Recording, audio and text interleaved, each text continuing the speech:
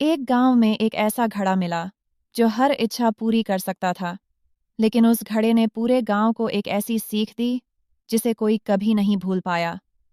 एक छोटे से गांव रामगढ़ में भीखू नाम का गरीब किसान रहता था। उसके पास छोटा सा खेत था, लेकिन कई सालों से बारिश ठीक से नहीं हो रही थी। फसल खराब हो जाती और घर में अक्सर भूखे सोना पड़ता। एक दिन भीखू खेत जोत रहा था। अचानक उसकी कुदाल किसी कठोर चीज से टकराई। उसने मिट्टी हटाई और वहां से एक पुराना मिट्टी का घड़ा निकला। घड़ा बहुत अजीब लग रहा था। उस पर पुराने समय के चिन्ह बने थे। भीखू ने उसे उठाया ही था कि अचानक घड़े से आवाज आई। जिसके हाथ में मैं हूं उसकी हर इच्छा पूरी होगी। भीखू डर गया, पर फिर उसने सोचा। शायद यह भगवान का आशीर्वाद है।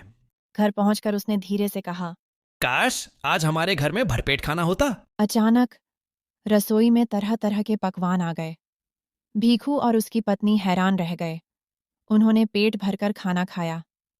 अब भीखू को यकीन हो गया कि घड़ा सच में जादुई है। अगले दिन उसने कहा, काश मेरे पास बहुत सारे पैसे होते।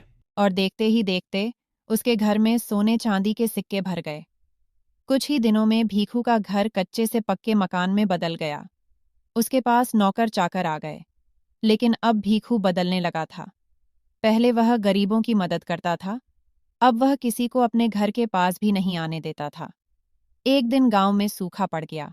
लोगों के पास खाने को कुछ नहीं बचा। गांव वाले भीखू के पास मदद मांगने आए, लेकिन भीखू ने दरवाजा बंद कर दिया और कहा, मेरे पास जो है वह मेरी किस्मत है। तुम लोग अपनी किस्मत खुद संभालो। गांव वाले दुखी होकर लौट गए। उस रात घड़े से आवाज आई, भीखू, याद रखो, जो धन दूसरों के काम न आए वह तुम्हारे भी काम नहीं आएगा। लेकिन भीखू ने उस आवाज को अनसुना कर दिया। उसने कहा, मुझे और सोना चाहिए और महल चाहिए। अचानक घड़ा जोर से चमकने लगा और अगले ही पल सारा सोना चांदी गायब हो गया। महल फिर से कच्चे घर में बदल गया। भीखू घबरा गया। वह रोते हुए बोला, मुझे माफ कर दो, मैं लालची हो गया था। घड़े से आखिरी बार आवाज आई, तुम्हें आखिरी मौका दिया जाता है।